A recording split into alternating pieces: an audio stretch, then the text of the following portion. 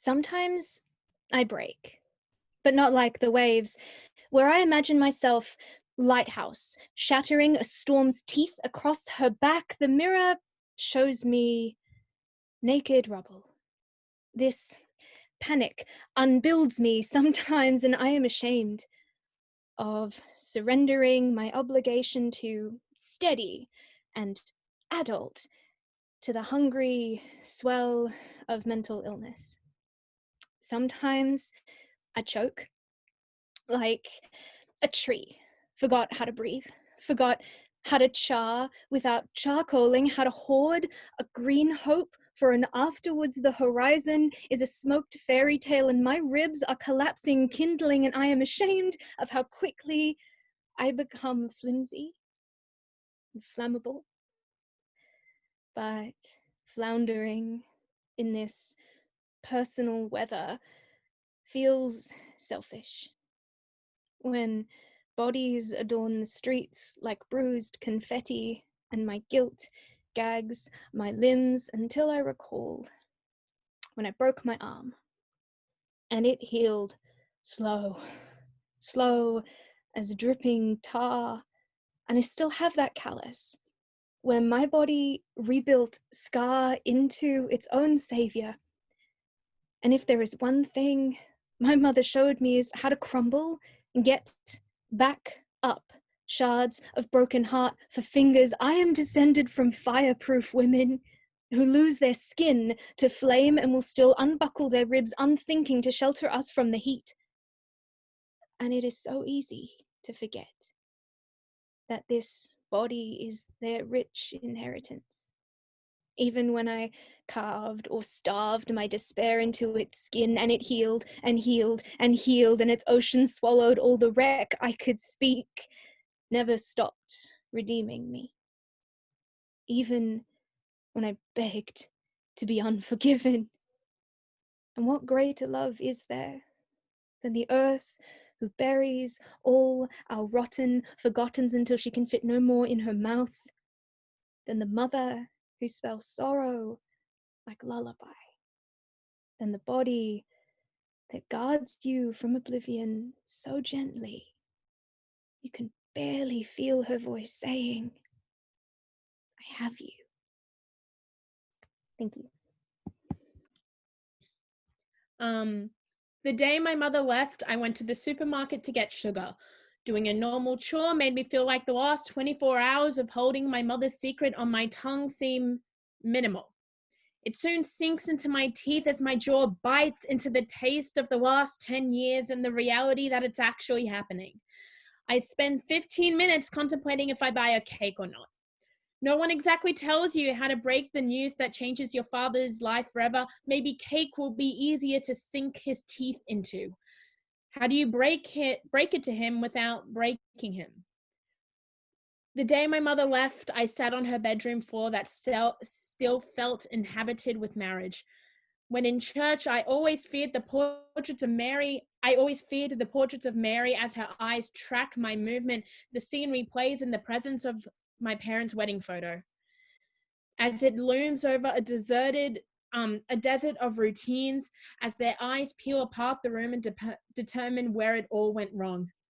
The day my mother left, me and my sister watched Bratz Fashion Pixies because, my sister started crying because, well, I forgot the mother leaves her kids in the movie Bratz Fashion Pixies. We went from being 20 and 18 to 10 and 8, eyes glued to a fuzzy TV, cupping out the muffled chatter of mom and dad's discussions. At this age, I didn't know a lot about relationships, but I still somehow knew the difference between marriage and love. The day my mother left, my dad left kissing her goodbye that morning, saying, "See you tonight," like every other Tuesday, and came home to everything he sewed together for the last 25 years become unraveled, his entire life pulling apart, only leaving the lonely strands of his wedding vows never to arise again. The day my mother left, I cried in my shower. Showers have this unexplained pinky promises that evaporate into steamed tears. Water washes away every layer of bravery that is kept intact for the outside world, leaving me with this glass box reflecting the same child that questions what a family is. Thank you. Alrighty. So it's called Summer Love. And yeah, I'm glad I met you at this time of my life. And I'm almost 20 now, and you're my last teen love. And I know you laugh at me about caring about this 19-year-old love, but I'm your first romantic love. And we're just two lost beings trying to figure out our identities together. I cried for you tonight. You spoke to me while sitting in a bathtub, drowning in your body dysphoria. This tub of tears formed over societal expectations creates dysmorphic perceptions of your sense of self, and I didn't know what to say. So I cried with you. And I don't cry about my own mental illnesses or personality disorders and embedded psychotic episodes, but you're an angel who brings me so much joy, breaks my heart when I hear you cry. And you asked me if it bothered me that you're trans, and I answered at the time that I knew too little to say, but over time I knew I didn't fall in love for your exterior appearance, except for those beautiful almond-shaped blue-green hue eyes that gaze back at me adoringly. And it is that selfless and caring nature, sarcastic humor, finding reasons to adore me, to adore you, and plenty of other beautiful, ever-changing traits that draws me to you. Do you have any idea how you make me feel? Feel connected to that cringe-fluttering feelings of the reason love songs exist. And I've created playlist after playlist in a failed attempt to capture my feelings for you, but nothing sounds better than listening to your heartbeat play. And you make me feel connected to the world by being next to you, whether it's indoors, outdoors, underwater, or in the fucking pouring rain. And the feeling of cheek nuzzles, skin against skin, body tracing creates tingles of excitement. I'm the most safe wrapped around you, suffocating you on my grasp, smelling your scent, so familiar and comforting. And it's proven scientific fact that I sleep better with you in my arms. And the next time when you spiral out of not being happy with where you're in life, just remember, you don't see what I see. Just like a geometric optical illusion shape, your eyes and mind likes to delude you. And your beautiful existence have made me replace drugs and alcohol for the addiction of your company and touch. And when you're looking at me, I've never felt so alive and happy. Yet I love you even with both our ever-changing selves. And I'm glad I met you at this confusing time of my life, where you're my last teen love, and hopefully my last love too. Thank you. So this one's called Hill to Here. I look into your eyes, but I can't stare too long. It's like staring at an eclipse when the moon shadows the sun. You are the brightest star that I'll ever see, but invisible to you am I as the trauma smashes me. It stole all of my passion. It stole all of my light. It left me in the darkness with no option but to fight alone as I need to show that I am strong, to show that I can heal through this, although the road is long. See, it wasn't intentional, it's that I couldn't hear. Trauma left me clinging, reeling, driven by my fear. But you can't hear when you're living in fear. Fear of losing everything that's so important to you, fear of perpetuating a reality that breaks you until it's no longer fear. And reality fucking shatters you. And then you realize that hurting people hurt people, hurting people hurt people, hurting people hurt people. And I don't want to hurt you ever. And so now I'm on my path to strength. I heed all I have learned, all that's been asked of me. I step back to give space. I silence up. Left beaten, battered, bloodied, betrayed, I'm still here with trust, patience, hope, and love, and I will rise. Because hurting people hurt people, hurting people hurt people, and I refuse to do that. And so I'll build myself back up, brick by brick by brick by brick by brick by brick by brick, until I'm so fucking grounded that I'm unshakable, unmovable, steadfast, strong once again. because hurting people hurt people. But I will no longer hurt. I will fucking heal, unwavering in my strength. I will fucking rise stronger than ever. It's a journey, and I'm taking you with me. Thank you. Part of me wonders every day what on earth I did to deserve you. Part of me wonders if my heart will ever be big enough for the both of us in the times when you were sad. I do not know if I will be the perfect man you always dreamed of when you were little, but I do know this. I will lay my flaws out on the table like a candle-lit dinner. I will pour my heart out to you like the finest bottle of red wine. God knows this heart has been aging longer than it should have been. I cannot cook very well. I do not make a lot of money. Sometimes I'm not good at communication. Sometimes I just want to lay in bed all day and listen to music by myself. Sometimes I can't accurately express how I feel to anyone but my diary, so I write and I write until I feel like if something is going to have to bear the weight of my self-esteem issues, I'd rather it be a book that cannot look disappointed in me the way other people do. Sometimes I feel like the first chapter in a best-selling book series.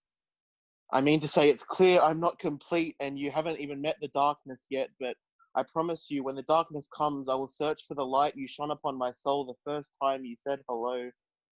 I know I'm not the perfect man you need, but I promise you I will never stop trying to put the puzzle pieces of my life together so that maybe they can form an artwork just like you. Truth is, I do not know how to love, but I know what I love. I do not know how to love, but I feel it when I am with you. I do not know how to love, but somehow I love you. I do not know how to love, but I'm hoping you can teach me. So that's part one. Second part is called silence. We used to sit there in silence. In your eyes, I'd see a million stories you didn't think were important. When I held your hand, I felt a million jolts through my veins as each of those stories tried to jump free from the shackles that years of abuse had nailed deep into your skin. I just wanted to scream at you, say something.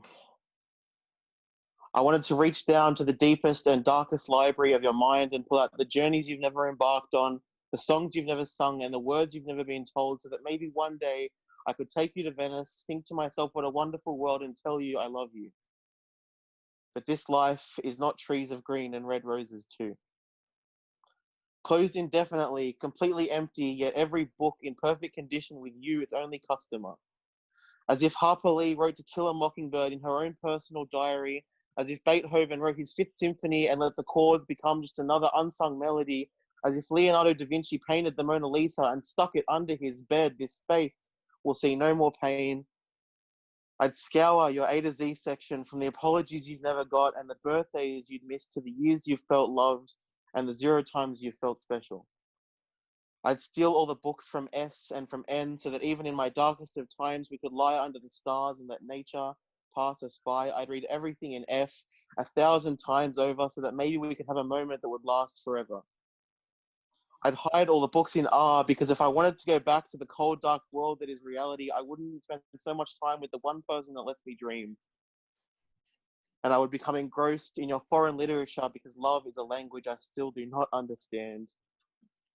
Her beautiful, beautiful fiction. Only in fiction could she tell herself I look beautiful without instantly looking away in disgust. Only in fiction could she manipulate every last word so that for once she felt important. Only in fiction was her imperfection so fucking perfect that people would be in awe of the beauty that followed her in her stride. We used to sit there in silence, and God, I'm glad we did. Thank you. I've been feeling very flat or numb. There's not a word that can describe the stagnance. It's like you're happy and you're sad, but you're just watching it happen from outside your body. Like a passerby without giving a second look, I've been feeling like flat soda. Still there and present, but not fully quite, staring at tiled walls while sitting in the shower. Water pooling around you and steam climbing the mirror. This feeling feels like disembodiment. An out-of-flesh experience, the skin is simply a shoebox, blended and gone, and sat to the side. Let me file all my memories and leave them in the wardrobe. This feeling feels like Mitski. Going through the emotions, an internal monologue of rattling drums and guitar strings that loop around me like string, tying me up in a body that doesn't feel like mine. Thank you. I'm actually going to be singing a song I wrote instead of doing poetry because wait, let me make sure I have the right document. I started this poem like 4 years ago when a girl was interested in me and I was interested in her, and I was like, oh my god, something's gonna happen, and then nothing happened. So yeah. Yes, and I love that I can see the bi flag in Lungol's background. Made me so happy. Yeah, so started writing this 4 years ago, tried to finish writing it beginning of this year. Still not completely happy with it, but we're just gonna go. I'm not a singer. Do not judge my singing skills that much. Okay. Don't eat chips. They're gonna hear that. Okay. I suddenly proposed to this girl one day. I told her that I would like her last name. I thought that it would go unnoticed, that we would just continue to talk.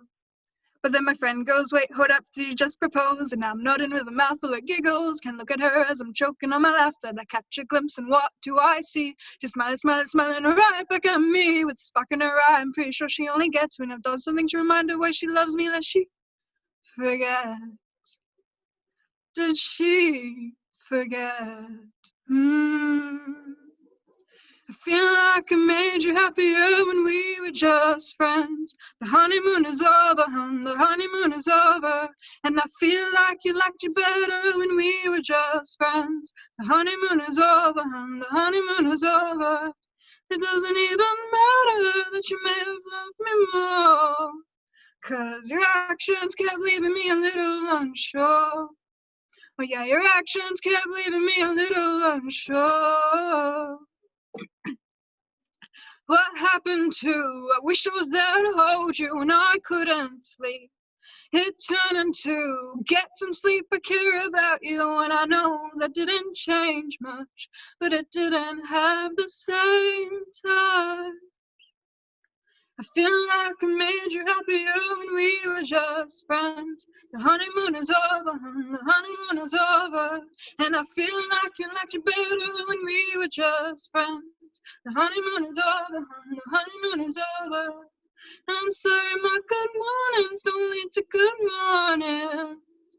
Oh, I'm so sorry I woke you up. I woke you up. I woke you up. But she said, I'm sorry for the way I've been acting lately.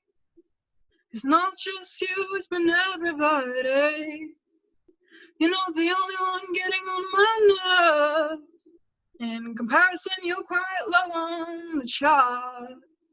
Oh wow, I feel quite honored. No, really, I don't think I was sarcastic. Well, maybe. You see, I'm not very nice when I'm unhappy, and I fear people forget how I am when I am happy. But she promised me that she would never, that she ever. I feel like I made you happier when we were just friends. The honeymoon is over, the honeymoon is over, and I feel like you liked it better when we were just friends. The honeymoon is over, the honeymoon is over, and I feel like you made me happier when we were just friends. And I feel like I liked you better when we were just friends. You haven't looked to me like you used to look at me before. You haven't looked to me like you used to look at me before. You haven't looked at me like you used to look at me before. You haven't looked at me like you used to look at me before. The honeymoon is over, the honeymoon is over. The honeymoon is over, the honeymoon is over. The honeymoon is over. The honeymoon is over. The honeymoon is over. The honeymoon is over. And it's a little ironic that the conversation that started us was about divorcees changing their name. Thank you.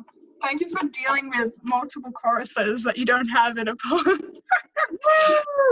Robin, let me introduce you by reading out your bio. So Robin M. Eames is a queer crip poet and historian living on Gadigal land. Their work has been published in Cordite, Mingjin, Overland, and Deaf Poet Society, among others. I had the pleasure of coming to know their existence through a queer cabaret earlier this year.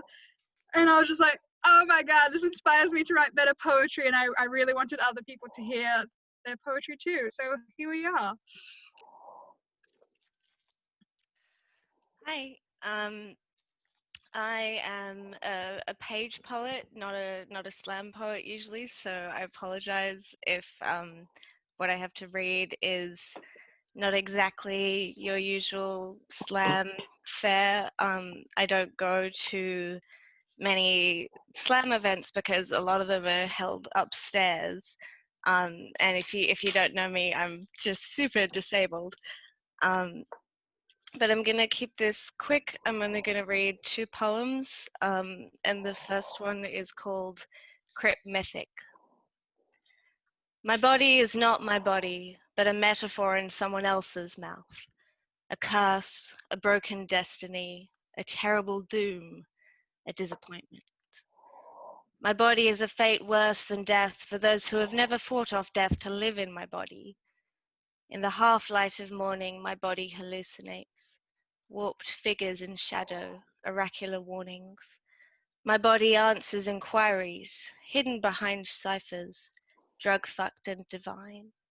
My body is an aching heart, a spectre of someone it hurts to recall.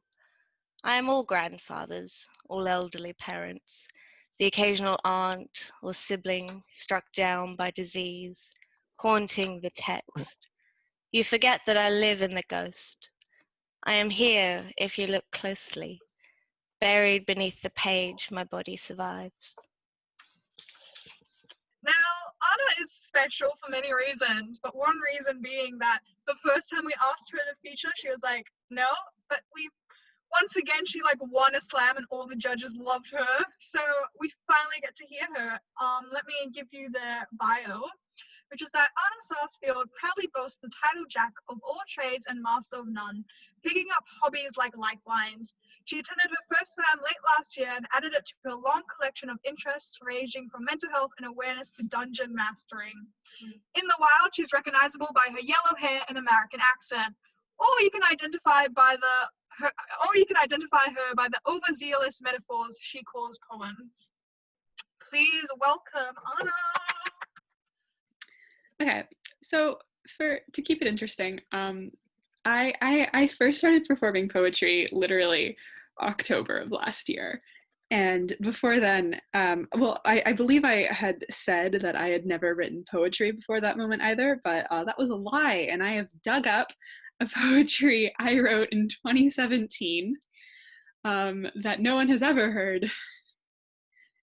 No one except the 2 people that were blogged it on Tumblr, but shh. And it's very short, and it's just kind of, I don't know, I'm just gonna go for it. C-R-A-C-K-E-D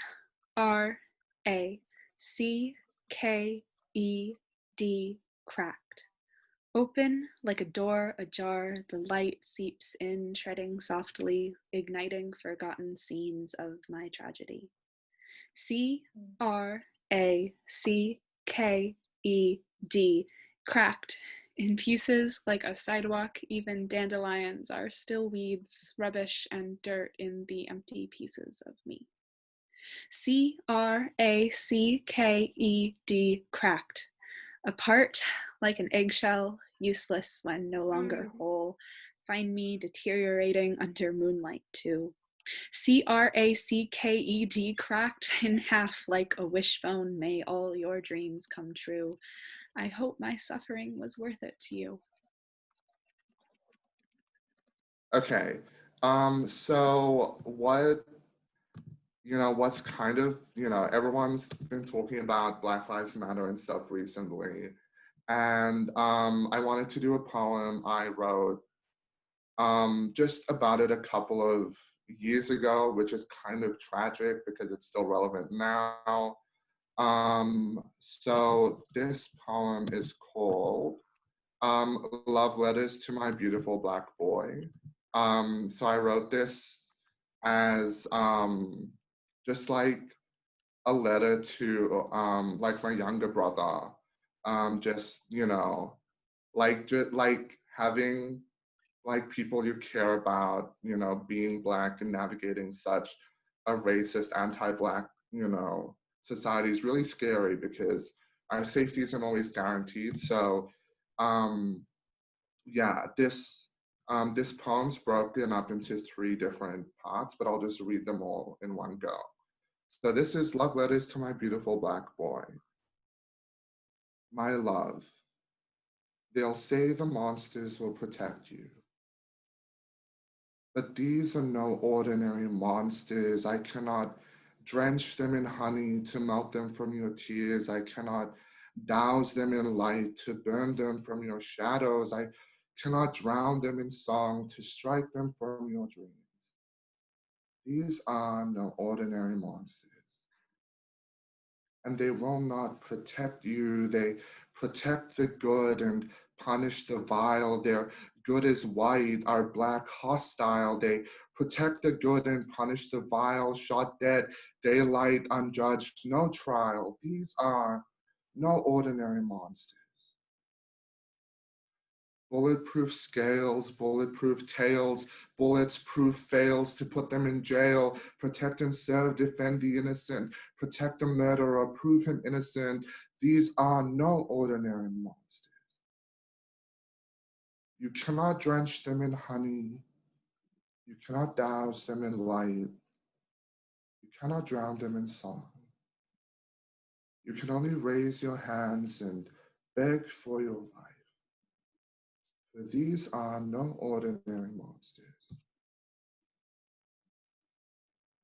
My love, you can wear flowers in your hair if you want to. Plant a hibiscus in the smooth groove between your ear and your scalp in a plot of thick hair. Let the garden of flowers blossom in your locks and let the petals of wonder and excitement fall into your eyes. Fall into your eyes, cry. Water your gardens when your tears flow fast and fluid from your drowning soul. Let the rain dance on your face without shame. Hide. Bury your face in the bed of petals when it gets too dark outside. Whisper your own name until it sounds like a light spilling into the night. Smile. Pick a flower from your crown and give it to your lover, your brother, yourself. Tell them you love them. Tell them you love them.